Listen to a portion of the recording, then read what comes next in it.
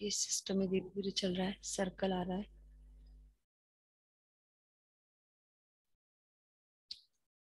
चलो तब तक सुनते हैं, पेन चलेगा। आ गया। हमको यहाँ पर लिखना होगा, देखो छोटी छोटी term, side effect of the pollution. ये हम लिख सकते हैं green house effect. Green house effect मतलब क्या? सम सोलर रेज। सर ये थोड़ा सा, जैकी भैया गेट बंद कर दो प्लीज, आवाज आ रही है। ग्रीन हाउस इफेक्ट मतलब जो भी सोलर रेज आती है, sun rays, they are falling on the earth surface. Certain rays, certain wavelength of rays are absorb by the earth surface. कुछ एब्जॉर्ब कर लेती है अर्थ की सरफेस, और कुछ रेज को ये रिफ्लेक्ट कर देती है, which escape out, they enter into the space, but some rays are trapped by the greenhouse gases present in our atmosphere. मैं बोलूं कार्बन डाइऑक्साइड है ना? सो अगर एटमॉस्फेयर में कार्बन डाइऑक्साइड का अमाउंट बढ़ जाता है, तो this carbon dioxide trap that reflected rays from the earth surface, that we call the green house effect. और जिसकी वजह से हमने देखा था, finally it causes the global warming. अगर बड़े लेवल पे देखो तो it causes the global warming. तो रिफ्लेक्टेड रेस को ये ग्रीन हाउस गैसेस एब्जॉर्ब करती हैं and they raise the temperature, that is your green house effect. Ma'am आप एनवायरनमेंट पढ़ा रहे हो? हाँ बेटा। तू कौन? ओके। ये कौन बोला अभी? Love. Love. Ma'am love. Love Gupta. तो लव गुप्ता फर्स्ट बैच में कैसे आया? हम पता नहीं मैम कैसे आ सेकंड गया। में। फर्स्ट बैच है। मैं तभी तो शॉक हुई कि ये आवाज यहाँ कैसे आई। Love, how you enter in that class? You want to revise that chapter? हम चला गया वो। मैम चला गया। वही मुझे लगा ये पूरा। मैम वो गलती से आ गया होगा। तो मुझे ऐसा कोई प्रॉब्लम नहीं है, पढ़ भी लेगा तो, बट एटलीस्ट वी नो कि कैसे आया अचानक।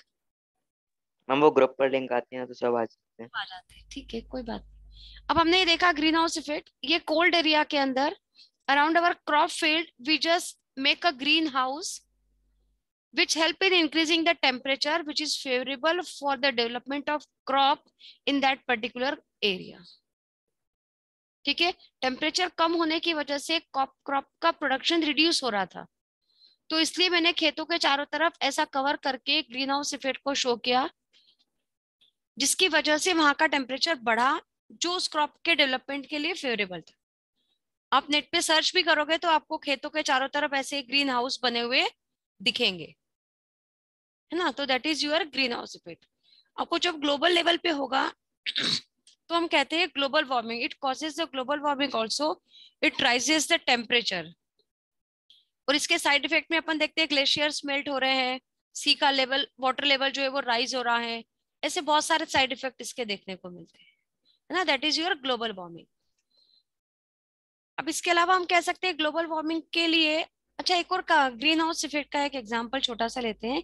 If we are sitting in a car whose glasses are closed, बंद कार में बैठे हैं, कांच भी बंद है, उसके अंदर भी हम बैठे होंगे, तो धीरे धीरे क्या होता है, टेम्परेचर बढ़ता है, वी फील द सफोकेशन, पसीना पसीना होता है, गर्मी गर्मी होने लग जाती है। क्यों हो रही है वो भी? CO2 की वजह से। CO2 की वजह से। मतलब वहां पर भी ग्रीन हाउस इफेक्ट देखने को मिल रहा है।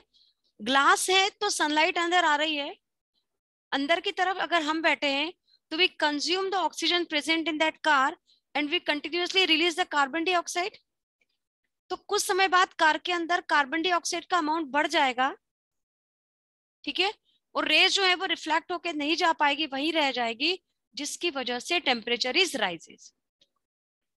तो अगर एक वाई वाला क्वेश्चन आ जाता है कि बंद कार में बैठे हुए we feel the suffocation, why, तो उसका कारण भी आप लिख सकते हो green house effect, amount of carbon dioxide is increase which raises the temperature. ठीक है, ऐसा क्वेश्चन हो सकता है आ जाए कभी, है ना? Green house effect, global warming, एक छोटा सा टर्म हमारा आता है एसिड रेन। एसिड रेन पता है ना अपने को? CO2 CO2 नहीं, NO2 react with the water droplets, है ना, या water vapors. मतलब मैंने बोला NO2 reacts with H2O, water vapors, and it will make your HNO3, Yes, ma'am. है ना, HNO3 नाइट्रिक एसिड. और वैसे ही मैंने बताया that SO2 reacts with water vapors and it will make your H2SO4, sulfuric acid. Yes, ma'am. Yes, ma'am. Acids falls on the earth's surface along with the rainwater. Ma'am ये SO2 और NO2 factory से आता है ना? हाँ, factory से. Pollution है, pollutant है. Yes, ma'am. Not pollutant. Falls on surface. तो both plant and animal, plant और एनिमल दोनों को अफेक्ट करने वाले हैं, मतलब उसको रिड्यूस करने वाले हैं. मतलब they are falling on the earth along with the first rain, है ना. और ये हमको वहां देखने को मिलेगा जहां पर मोर इंडस्ट्रीज आर देयर. मतलब in industrial area the chances of acid rain is more, and it also causes the marble cancer. Marble cancer समझते हो? Yes ma'am. येलो हो रहा है ना? Yes, ma'am. Yellowing of Taj Mahal, क्योंकि वहां वो रिफाइनरी फैक्ट्री है, उसकी वजह से पॉल्यूशन ज्यादा है. पॉल्यूशन ज्यादा होने से उस एरिया में एसिड रेन के चांसेस ज्यादा होंगे, और एसिड रेन होगा जिसकी वजह से causes the marble cancer, yellowing of Taj Mahal. वैसे हम कह सकते हैं the exterior paints of the buildings are also fade.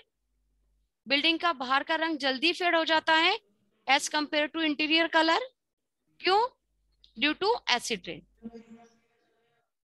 ये सब मन से लिख सकते हो, वैसे पता होगा, मैं सिर्फ शॉर्ट में एक बार रिवाइज करा रही हूँ. Exterior paint Yes, ma'am.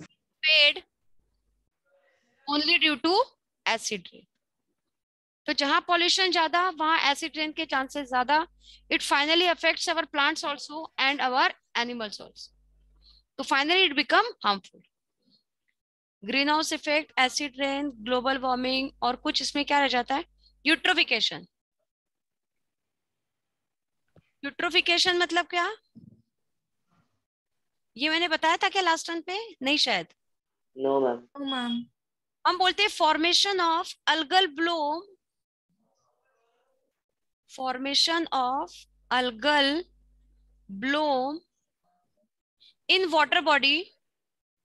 On ही लिखो, इन काय को लिखो, on water body due to extra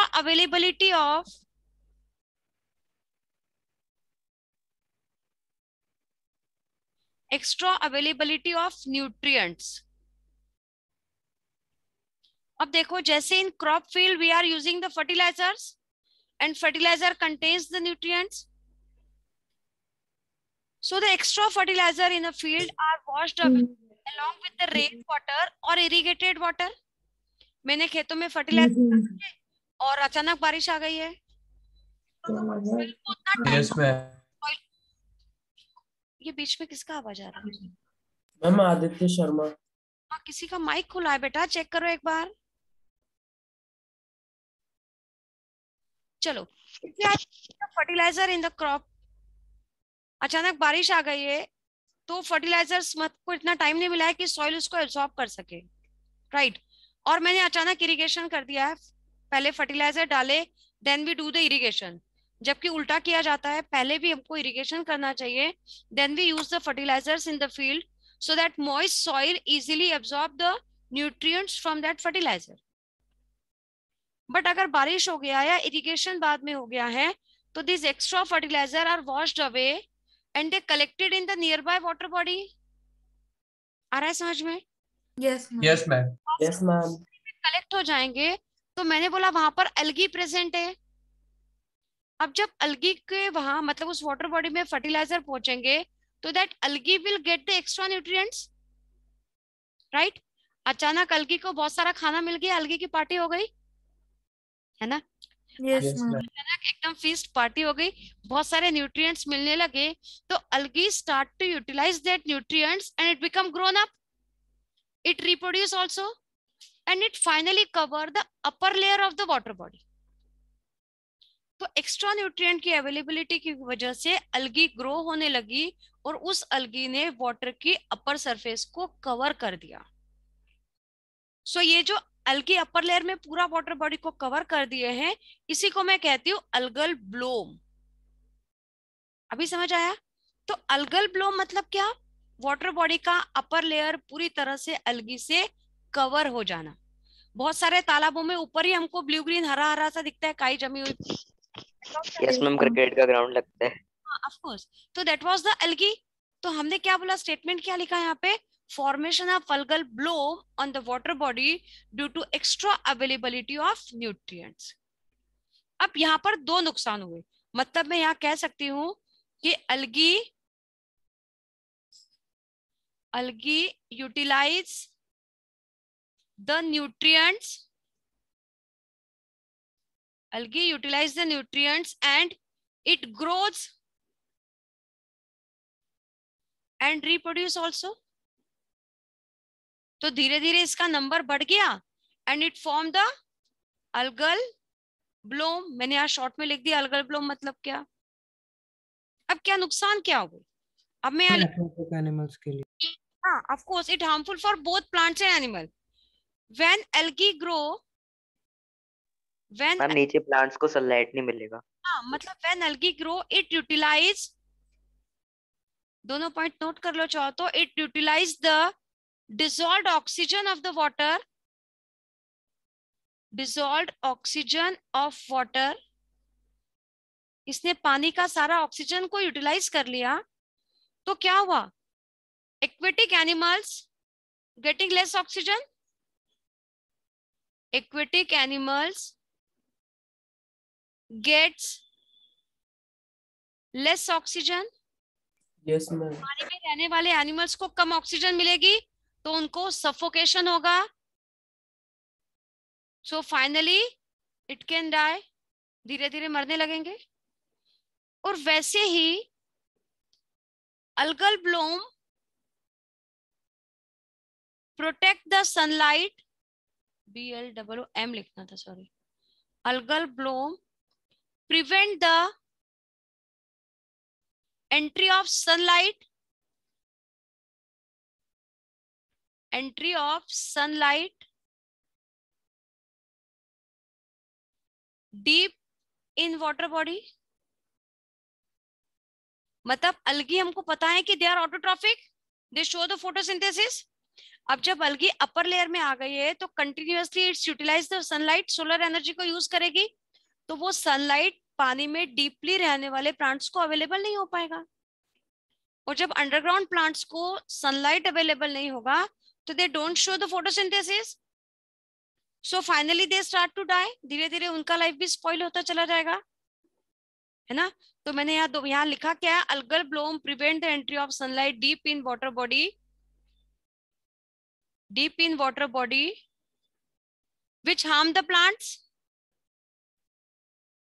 है ना। आप लिख सकते हो which reduce photosynthesis, which reduce the photosynthesis and harm the plants, harm the plants only। Yes, ma'am. तो नुकसान हुए, है ना। तो यूट्रोफिकेशन मतलब formation of algal bloom on the water body due to availability of extra nutrients। ठीक है, that algae utilize the dissolved oxygen present in the water body, so due to which there is a scarcity of oxygen for all other aquatic organism animals, so finally animals start to die, धीरे धीरे destroy होने लगेंगे। and that algae utilize the solar energy also, so they just prevent the entry of sunlight deeply into the water body, so the all other aquatic organism have the deficiency of sunlight, so they never show the photosynthesis and finally they also start to destroy। तो दोनों को ही नुकसान हो रहा है, उस pond में या वाटर बॉडी में रहने वाले प्लांट्स भी खत्म हो रहे हैं और एनिमल्स भी खत्म हो रहे हैं, only algae become increased, that we call the eutrophication। अभी कोई दिक्कत? शॉर्ट नोट आ गया 2-3 नंबर का, व्हाट इज यूट्रोफिकेशन, तो आप लिख सकते हो। Yes yes Yes, ma'am. ma'am. Yes अब एक और टर्म देख लेते हैं, बायोमैग्निफिकेशन। से तो अगर आपने जो कहा यूटिलाइज करती है वो सारे न्यूट्रिएंट्स वाटर में से मैम, इस तरीके से तो उसकी ग्रोथ अंदर बढ़ती रहेगी, उसको रोका ही नहीं जा सकता। जब ऑक्सीजन कंटेंट खत्म हो जाएगा तभी रुक पाएगा वो। हम ऑक्सीजन कंटेंट बेसिकली खत्म ही नहीं हो सकता, क्योंकि H2O तो हमेशा रहेगा वाटर वहां पे। वो रहेगा, और अलगी खुद फोटोसिंथेसिस कर रही है तो खुद ही ऑक्सीजन बनाएगी और खुद ही यूटिलाइज कर लेगी। और हमने कहीं पढ़ा था शायद कि एटमॉस्फेयर में जो ऑक्सीजन रिलीज हो रहा है सबसे ज्यादा परसेंटेज तो अलगी की वजह से होता है as compare to the plant. Yes ma'am. Yes ma'am. और oxygen in the nature as compare to the plant. तो वैसे तो हम कहते हैं पेड़ लगाओ to increase the oxygen level, क्यों ना हम अलगी ग्रो करें to increase the oxygen level in the nature, but basically it not happen, है ना। ऐसा कोई नहीं करता है कि मैंने एक तालाब बना लिया, उसके अंदर मैंने बहुत सारी अलगी ग्रो कर ली ताकि मुझे एक्स्ट्रा ऑक्सीजन अवेलेबल हो, क्योंकि ऑक्सीजन तो ज्यादा, तो उसको रोकना इज डिफिकल्ट। मुझे कहीं ना कहीं न्यूट्रिएंट की अवेलेबिलिटी को रोकना पड़ेगा, स्टॉप करना पड़ेगा। तो अलगी का ग्रोथ कहीं ना कहीं मैं उसको रिड्यूस कर सकती हूँ, मिनिमाइज कर सकती हूँ। Okay ma'am. चलो अब देखते हैं बायोमैग्निफिकेशन।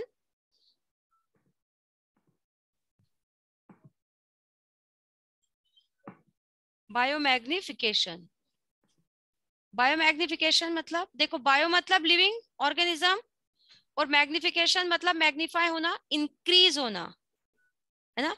अब मैं लिख रही हूं अमाउंट ऑफ पॉल्यूटेंट और एनी केमिकल, है ना। अमाउंट ऑफ, मैं पॉल्यूटेंट लिखती हूँ, amount of pollutant is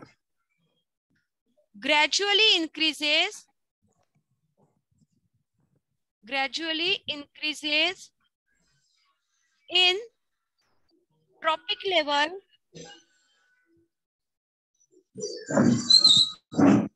levels of food chain.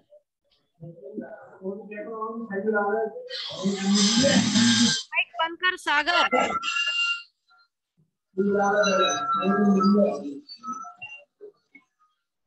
Sagar mic बंद करो यार।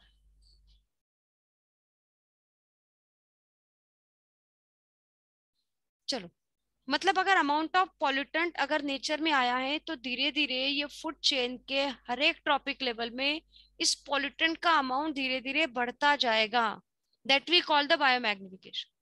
बायो मतलब living organism, interdependence of living organism make the food chain.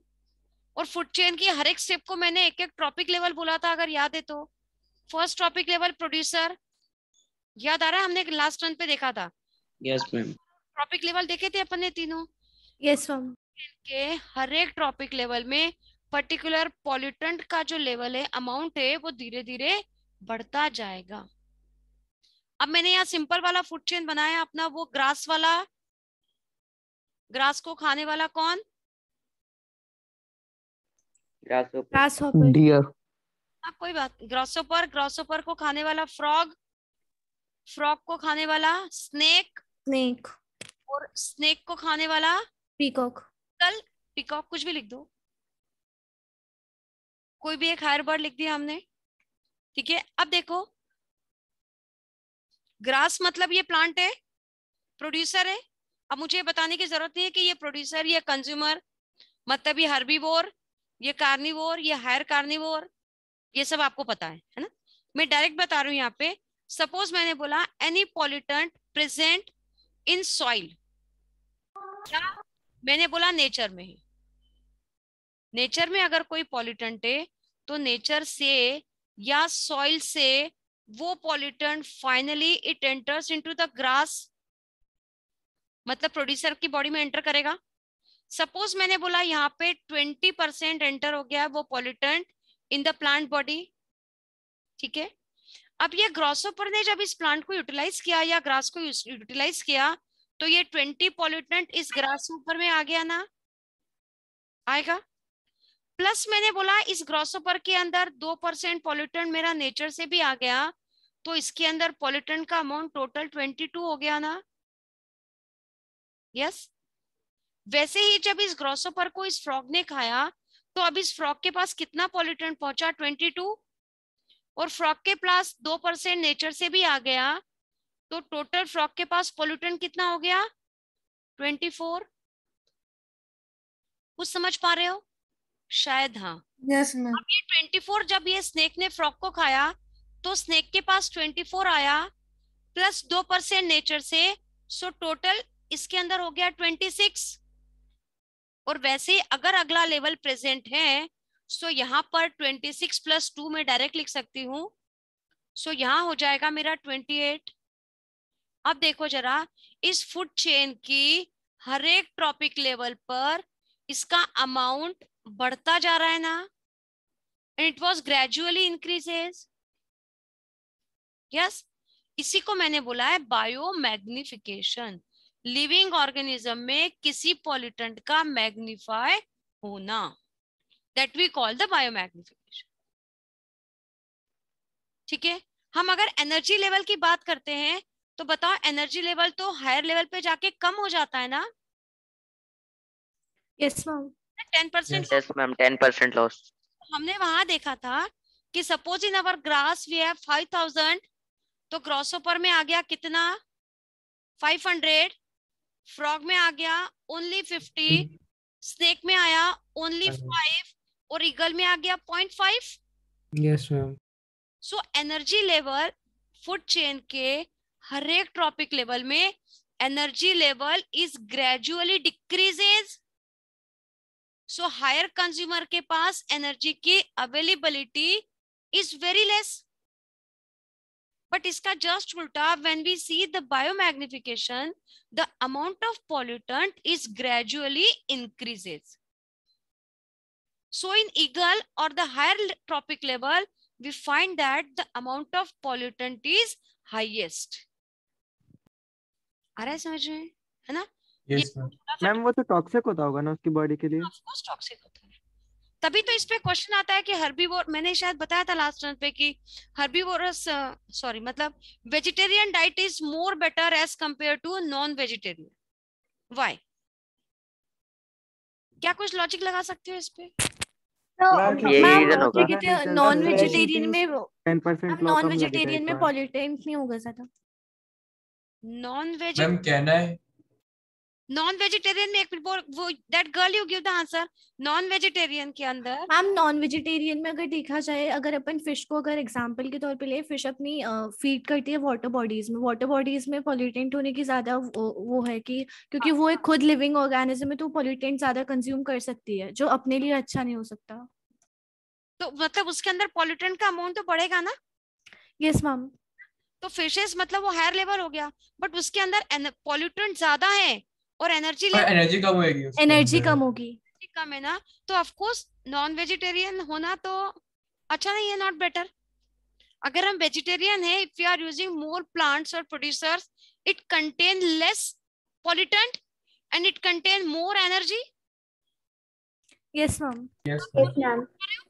मतलब vegetarian diet if you prefer to use the plants in our diet more, तो plant या plant product के अंदर energy का लेवल हाईएस्ट होगा पहली बात, और पॉल्यूटेंट का लेवल सबसे कम होगा.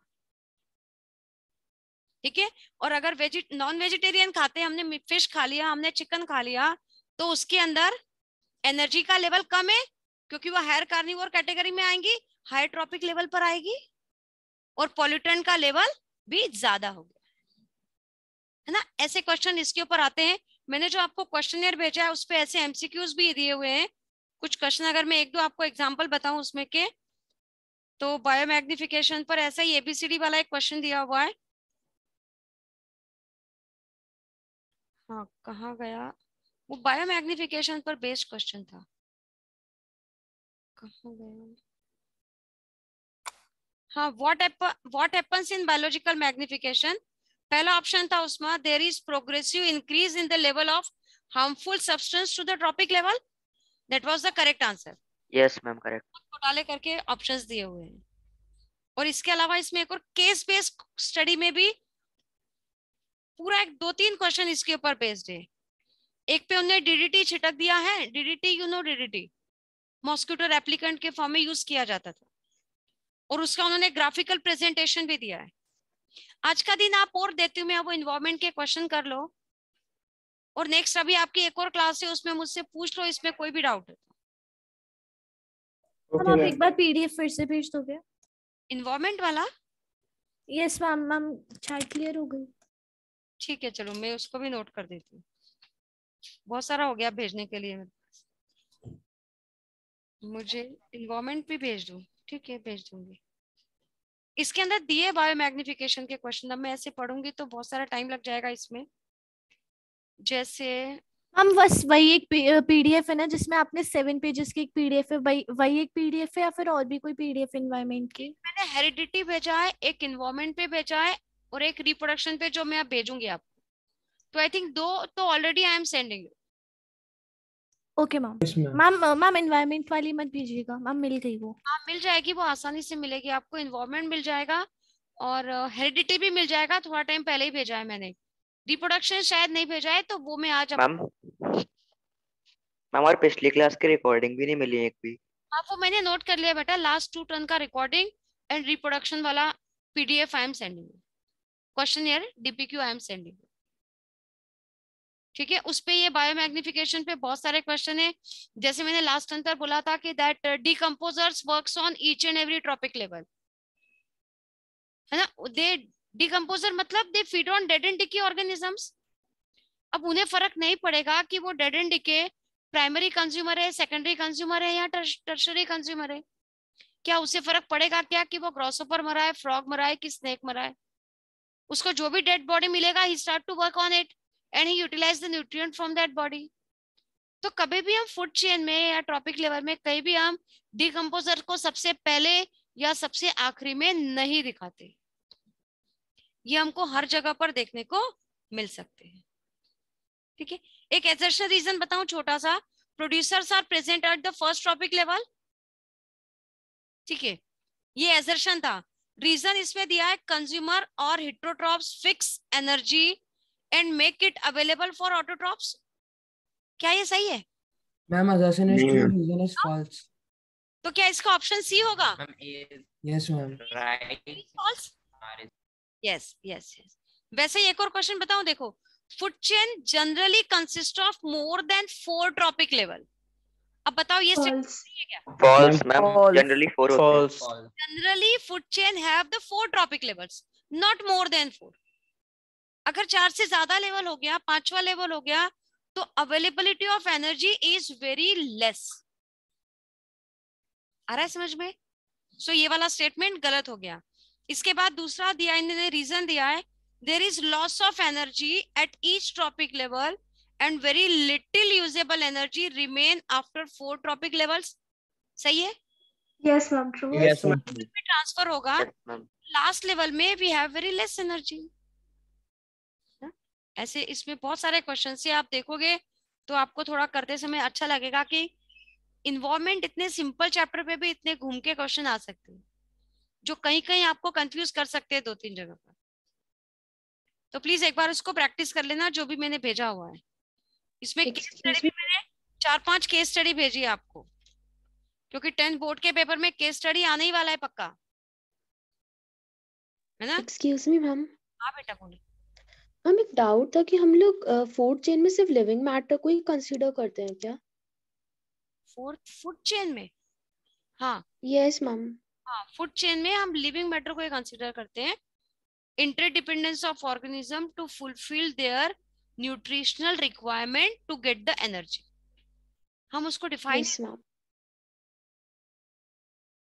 अब ये बात अलग है कि प्लांट के अंदर जो न्यूट्रिएंट्स आएंगे वो सॉइल से आ रहे हैं, but plant and algae only 2 organisms are there which utilize the, मतलब which convert the inorganic food into organic food, है ना। कोई दूसरा एनिमल तो ये काम नहीं कर पाता है। Animal directly utilize the organic food only. Yes ma'am. इसलिए हमने प्लांट को तो we say the producers, they make the food for their own also and for all other organisms also, और तभी हमने बाकी सारे ऑर्गेनिज्म को कंज्यूमर कैटेगरी में इन्वॉल्व कर दिया है। ठीक है, तो यहाँ हम इसमें नॉन लिविंग को इन्वॉल्व नहीं करते हैं, पर जब हम वो ऑक्सीजन साइकिल, कार्बन साइकिल देखते हैं ना, उस समय हम लिविंग नॉन लिविंग दोनों में इंटरेक्शन को इन्वॉल्व करते हैं। Yes ma'am. हमने जैसे ऑक्सीजन में देखा कि प्लांट ने ऑक्सीजन रिलीज करी है, हमने यूटिलाइज करी है, हमने वापस कार्बन डाइऑक्साइड दी जिसको प्लांट ने यूटिलाइज किया, बट ये इंटरेक्शन भी लिविंग के बीच में हुआ है ना। अब अगर हम कार्बन साइकिल को देखें तो ये कार्बन प्लांट बॉडी में फिक्स हो गया, किस फॉर्म में? कार्बोहाइड्रेट के फॉर्म में, हाँ या ना? Yes ma'am. During photosynthesis, plant fix that carbon dioxide in the form of carbohydrate. तो वो कार्बन, एटमॉस्फेयर का कार्बन लिविंग ऑर्गेनिज्म की बॉडी में कार्बोहाइड्रेट के फॉर्म में स्टोर हो गया। ठीक है, वही कार्बोहाइड्रेट किसकी बॉडी में आ गया? एनिमल की बॉडी में आ गया। एनिमल की बॉडी में कार्बोहाइड्रेट आ गया तो एनिमल ने वापस उस कार्बोहाइड्रेट को यूटिलाइज कर लिया और उसने वापस उसी कार्बन डाइऑक्साइड को बॉडी के बाहर रिलीज कर दिया। Yes ma'am. कार्बन साइकिल अगर थोड़ी सी भी याद है तो we know that carbon is fix in the nature in the form of carbonates, है ना। जैसे कैल्शियम कार्बोनेट बनता है, लाइमस्टोन बना है ना। या फिर मैं बोलूं कार्बन, वो कार्बन के अलग अलग एलोट्रॉप्स है, वो ग्रेफाइट, डायमंड एंड ऑल, तो वो कुछ इस फॉर्म में भी फिक्स होता है नेचर में। वो मुझे कैल्शियम कार्बोनेट के बने हुए शेल्स के फॉर्म में देखने को मिलता है around the body of animals also. तो नेचर में कार्बन अलग अलग फॉर्म में भी फिक्स हो सकता है। सो वो जो जिसको हम बोलते हैं हमारा बायोजियोकेमिकल साइकिल, उसमें हम लिविंग और नॉन लिविंग दोनों के बीच में इंटरेक्शन को देखते हैं, बट यहाँ पर हम यस सिर्फ लिविंग ऑर्गेनिज्म में इंटरेक्शन देखें। ठीक है, यस मैम। अब इसमें और शायद मेरे ख्याल से तो नहीं बचा है कुछ। आपको और कुछ याद आता है इस चैप्टर में? थोड़ा पेज टर्न करके देख सकते हो आप। यहाँ आपको कुछ वेस्ट मैनेजमेंट से रिलेटेड कुछ दिया है। मैं स्लाइड चेंज कर रही हूँ मैम। मैं स्लाइड चेंज कर दूं? मैम एक डाउट है मैम, ये आपने क्या लिखा है कि ग्रास में पॉल्यूटेंट कहाँ से आता है? सॉइल से या नेचर से। Okay ma'am. वो सॉइल SOIL, SA लग रहा है वो, ये मैम आपने +2 की +2 ऐसी है, अंदाज जैसा बोला, कोई फिक्स नहीं होता है कि +2 ही होगा, है ना रिक्तम। मैंने सिंपल बोला कि ये 20 भी एक हाइपोथेटिकल नंबर है, ये कोई फिक्स नहीं कि इतना ही होगा। बट सपोज अगर 20 अगर प्रोड्यूसर के पास गया, जितना भी गया है प्रोड्यूसर के पास, वो जाएगा मेरे हर्बीवोर के पास, क्योंकि herbivore gets food from the plants only. तो प्लांट में जो अच्छा है वो भी जाएगा, और प्लांट में अगर गलती से कुछ बुरा है, मतलब पॉल्यूटेंट से, तो they also transfer to the grasshoppers body.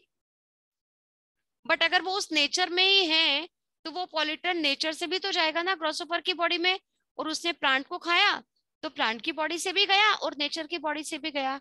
तो total amount of pollutant is increase in the grasshoppers body. तो ऐसा तो हर एक ट्रॉपिक लेवल में होता जाएगा। तो जो उस फूड चेन का जो लास्ट कंज्यूमर होगा, उसके अंदर तो पॉल्यूटेंट का अमाउंट सबसे ज्यादा होगा। यस एकदम। चलो Ma'am, in book ozone layer depletion is also given. हाँ, तो ओजोन लेयर पता है आपको, CFCS O3 molecule Yes ma'am. है ना। तो मैं बोलूं O2 पहले टूटता है, सॉरी ऐसे बनाते, O2 टूटेगा O+O में, फिर इस O2 के साथ A को और मिल जाएगा, and finally it will make the O3 ozone layer. क्या करती है? It protect the earth from UV rays, या protect us from UV rays coming from the sun. UV rays से प्रोटेक्ट करती है। हमको ये ओजोन लेयर में होल देखने को मिला था, होल इन O3 लेयर में होल देखने को मिला था। इसकी वजह से it causes the skin cancer also. क्या हार्मफुल इफेक्ट भी कभी कभी आते हैं। तो स्किन कैंसर हो रहा था, ओजोन लेयर का हमारे कांटेक्ट में आएगा तो it causes the skin infections और इट में cause the skin cancer also. अब ये किसकी वजह से हो रहा है? CFCS जानते हो शायद, क्लोरो यस मैम, Yes, वो ma'am. एसी और रेफ्रिजरेटर की Yes, ma'am. It act as an coolant, coolant के फॉर्म में यूज किया जाता है। मेरा Yes, ma'am. रेफ्रिजरेटर में it use in the form of jet propellants also, मेरे डीओ में, फायर एक्सटिंग्विशर्स में, ये शायद आपको पता होगा सभी जगह, है ना। तो ये ठंडा करने के लिए यूज किया जाता है। एसी में मैं डायरेक्ट लिख दूं फ्रीज में, और मेरा डीओ में, और मेरा फायर एक्सटिंग्विशर्स में, पुरानी लिख रही हूँ मैंने, एक्सटी करके डैश कर दिया, फायर एक्सटिंग्विशर्स में, और किस में, एसी, फ्रीज, जेट प्रोपेलेंट के फॉर्म में भी यूज किया जाता है। अब देखो पहले के समय एसी बहुत कम देखने को मिलते थे, एक घर में एक एसी, एक कमरे में सब एक साथ सोते थे एक कमरे में। Nowadays we find a 2 ACs, घर में 2 एसी है, मम्मी पापा के कमरे में अलग है, इधर बच्चों के कमरे में अलग है, दादा दादी के कमरे में अलग है। तो consumption of AC is increase, बढ़ गया। तो क्लोरोफ्लोरोकार्बन का रिलीज होना बढ़ गया ना। If chlorofluorocarbon release is increases, it makes the hole in the ozone layer, और ओजोन लेयर में छेद हो गया तो UV rays directly reach up to us and which become harmful. तो क्या करना बट उसका तो बैन लग गया है, तो वो यूज तो होता नहीं है। अब नहीं हो रहा ना, बट पहले के टाइम पे हो रहा था। अब इसका अल्टरनेटिव हम यूज करते हैं, and that is your HFCS, hydrofluorocarbons we are using. Chlorofluorocarbon की जगह हम यूज करते हैं हमारा hydrofluorocarbon, which also use in the same way. ठीक है। अब देखो पहले हर कोई डीओ लगाता नहीं था, और आजकल हर कोई डीओ यूज कर रहा है। तो वो डीओ में भी तो ये CFCS है ना कहीं वो फुसफुस करके जो ठंडा लग रहा है, तो उसके अंदर कूलेंट है कोई ना कोई। और अब गर्मियों में तो एवरीबडी यूज टू दिस, ठंड में तो चलो एक बार नहीं भी लगाया तो भी चलता है, बट फिर भी जिसको आदत है वो तो लगाती है। सो धीरे धीरे कंजम्पशन बढ़ेगा तो पॉल्यूशन इंक्रीज हो रहा है 101%। ठीक है, हैबिट बदल रहा है, नेचर में चेंज आ रहा है, पॉल्यूशन इंक्रीज हो रहा है, तब हमको अल्टरनेटिव ढूंढने की जरूरत पड़ रही है। ठीक है, हमारा पेट्रोल डीजल सब महंगा होते जा रहा है। So nowadays we have the electric vehicles also, battery वाली गाड़ियां चल पड़ी, चार्ज करो और गाड़ी चलाओ। यस, वो साइकिल और आजकल तो 2 व्हीलर्स अच्छे अच्छे आने लगे। तो we just search for other alternative source of energy ना, हम उसको अवॉइड कर रहे हैं। वो पहले CNG वाली गाड़ी आई नॉर्मल से, वो भी खूब चल रही है। आजकल हर ऑटो, टेम्पो, कार ऑल्सो, मतलब इन कार ऑल्सो भी यूज द CNG वाली कारें भी आई है।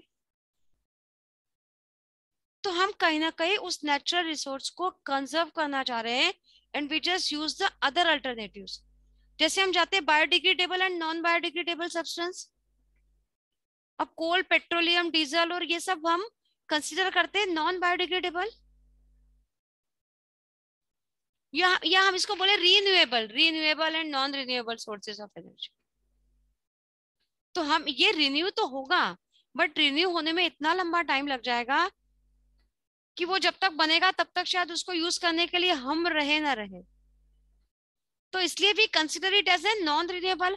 हमारे लिए तो वो नॉन रिन्यूएबल की तरह ही कंसिडर होता है। ठीक है, तो ये सारे कुछ छोटे छोटे से पॉइंट इसी टॉपिक में आपका biodegradable, non biodegradable waste, renewable, non renewable substances, हाँ ये भी इसी में। अब क्लोरोफ्लोरोकार्बन मतलब ओजोन लेयर पे कोई क्वेश्चन आएगा तो कर सकते हो। ओजोन लेयर पे भी केस स्टडी वाला क्वेश्चन है। जो CBSE ने सैंपल पेपर रिलीज किया एक, उसके अंदर भी one case study question is given which is based on that ozone layer depletion. 4 mark question is there. Paper मेरे पास था अभी, आप लोगों ने देखा है पेपर वो? Yes ma'am. Yes, ma'am.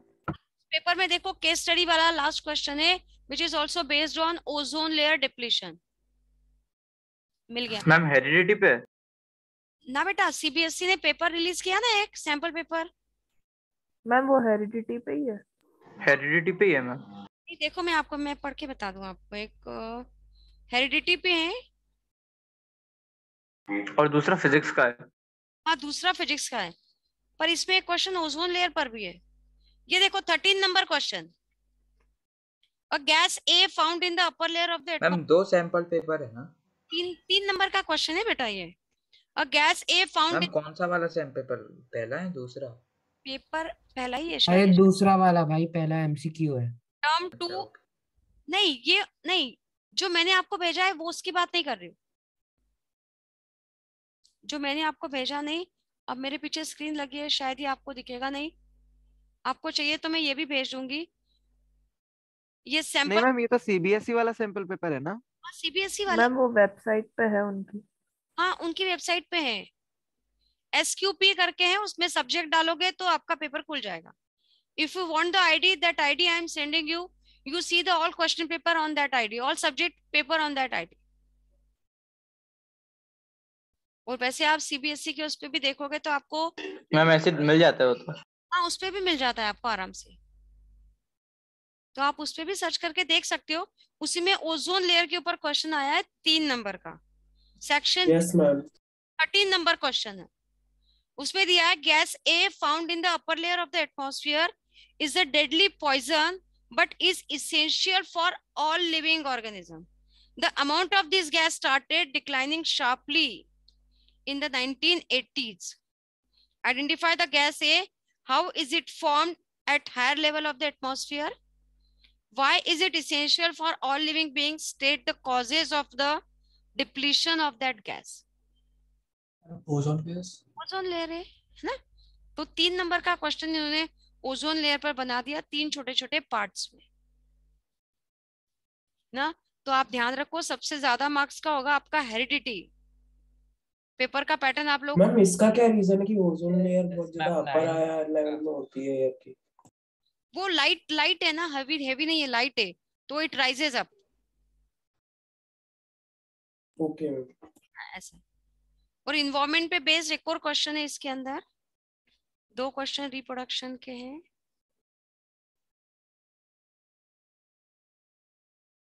एक बायो का, 2 बायो का मस्टर्ड फील्ड,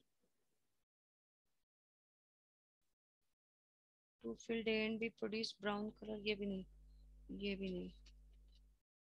ये देखो DDT वाला एक और क्वेश्चन है। DDT was spraying in the lake to regulate breeding of mosquitoes. How would it affect the trophic level in the following food chain associated with a lake? Justify your answer. अब that DDT contains certain pollutants which prevent the growth of mosquitoes on that water body.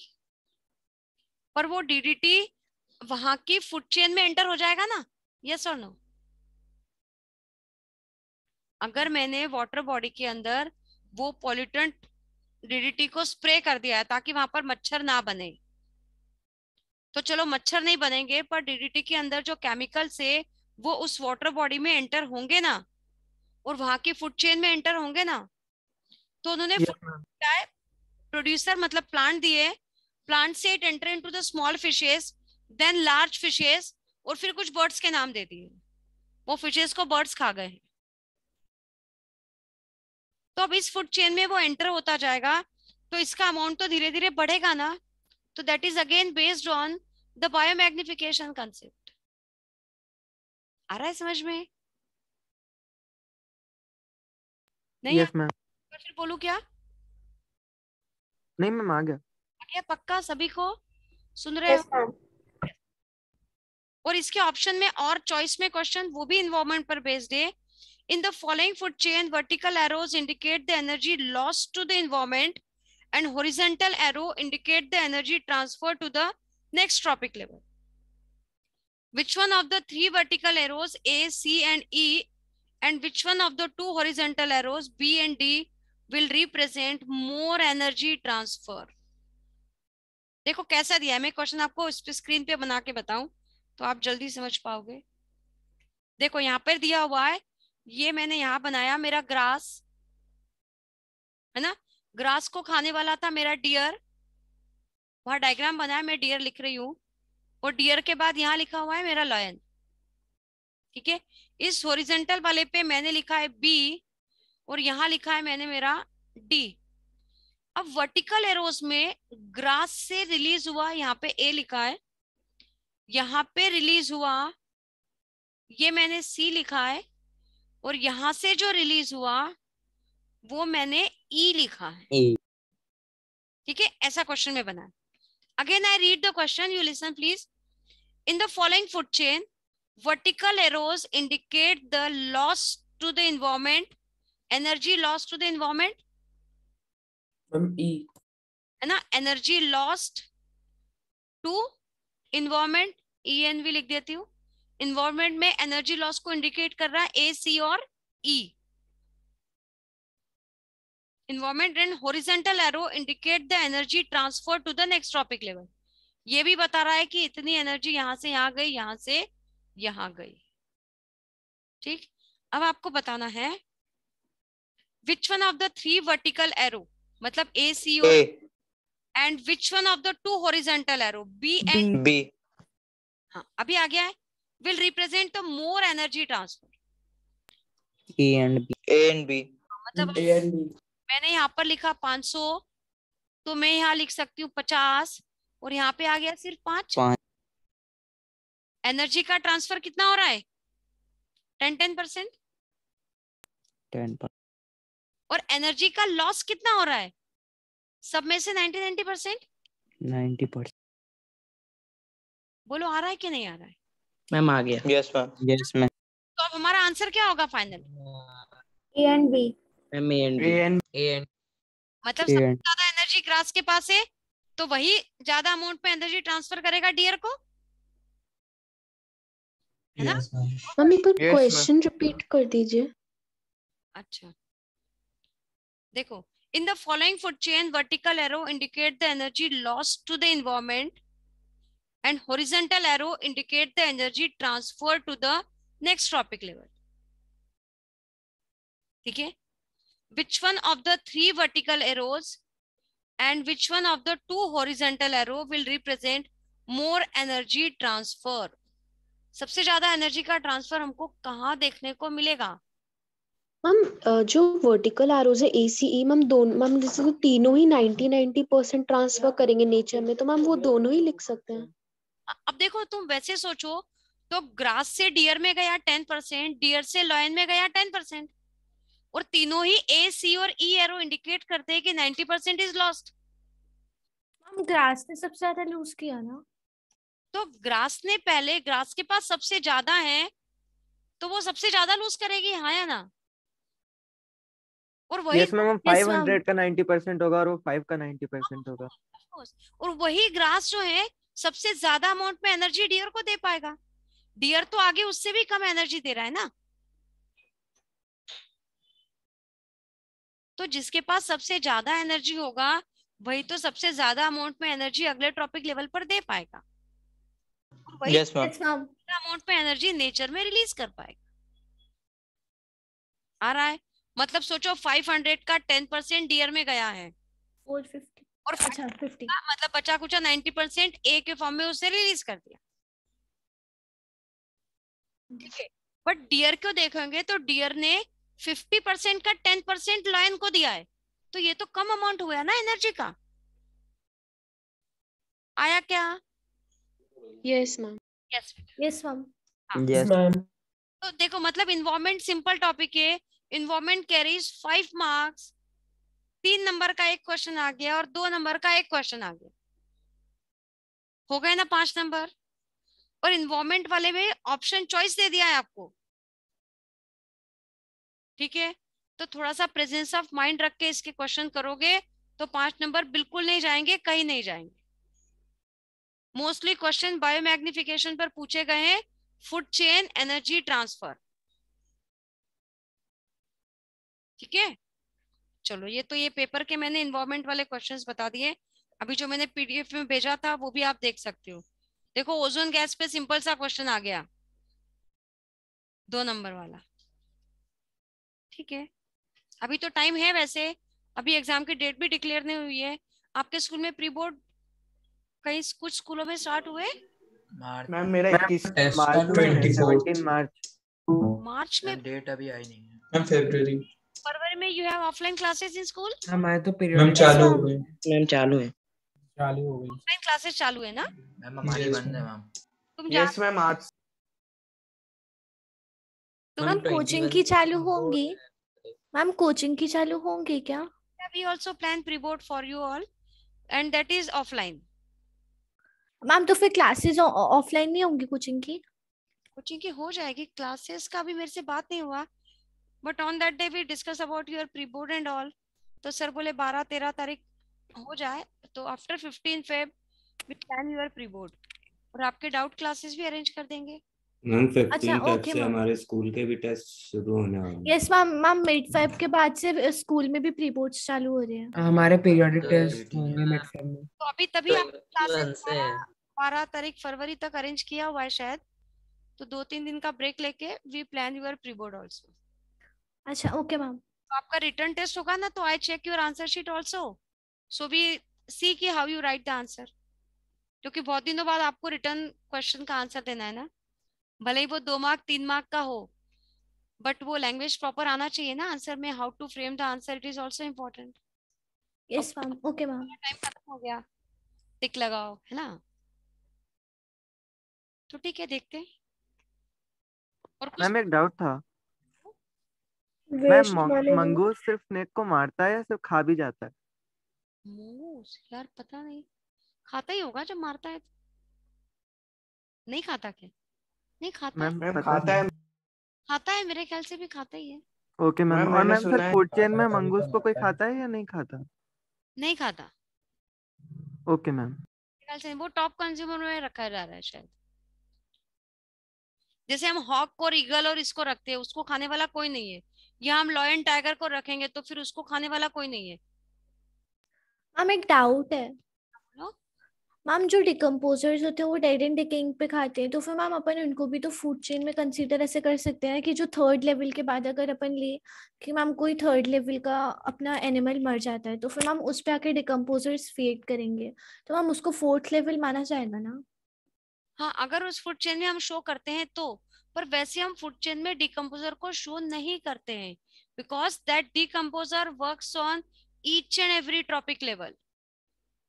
फिर वही बात आ गई, अगर उस decomposer को dear भी मरा हुआ मिलेगा तो भी वो उसको खाएगा, अगर वो लायन मरा हुआ मिलेगा तो भी वो उसको खाएगा।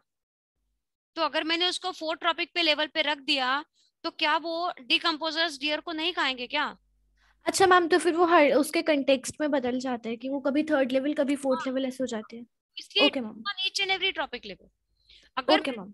कि कोई प्लांट डेड हो गया है तो they decomposer start to utilize the nutrients from that plant also. Okay ma'am. Yes ma'am. Carbohydrate protein है ना, वो प्लांट से भी अपने न्यूट्रिएंट को यूटिलाइज करेगा, इट बिकम सर्वाइव। ठीक है, तो ये पक्का ध्यान रखना है, कहीं भी ट्रॉपिक लेवल पर या हम फूड चेन को दिखा रहे हैं तो हम कहीं भी उसमें डिकम्पोजर्स को शो नहीं करते हैं, है ना? Decomposer works on each and every trophic level of your food chain.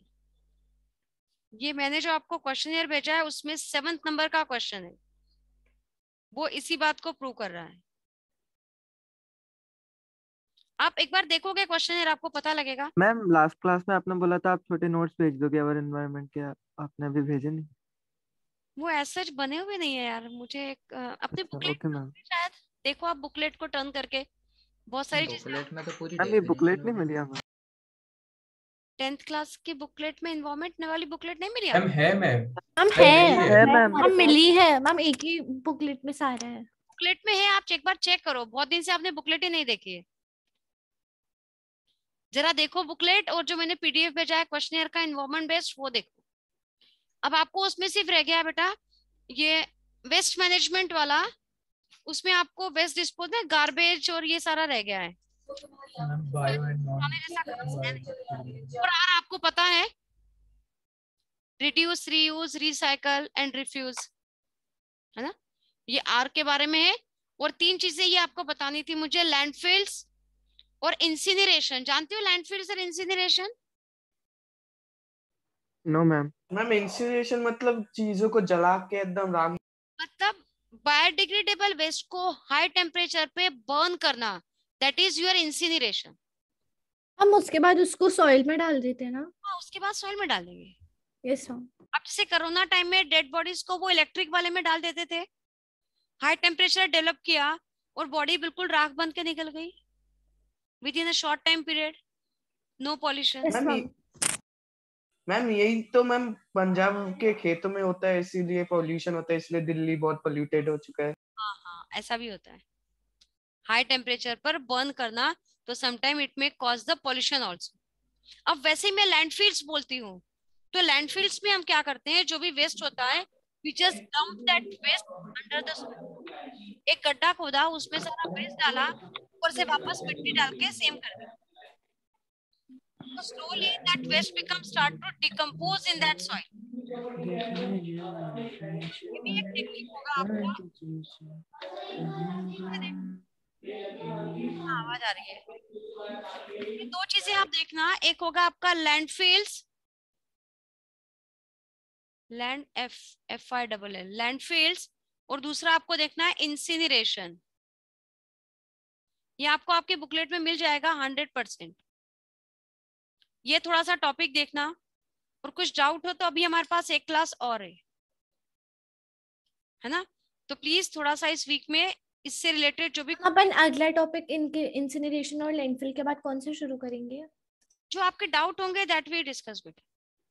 हम control and coordination. Everybody is not interested in study that. हम आप तो फिर ऐसा कर लो कि हम आप एक अलग से क्लास रख लो एनटीसी की, जिन बच्चों को लेना होगा वो लोग आ जाएंगे। Okay okay, that we plan. Yes ma'am. Okay ma'am. बात करती हूँ, प्रतीक सर से बोलती हूँ, तो फिर अपन देख लेते हैं ना। Okay ma'am.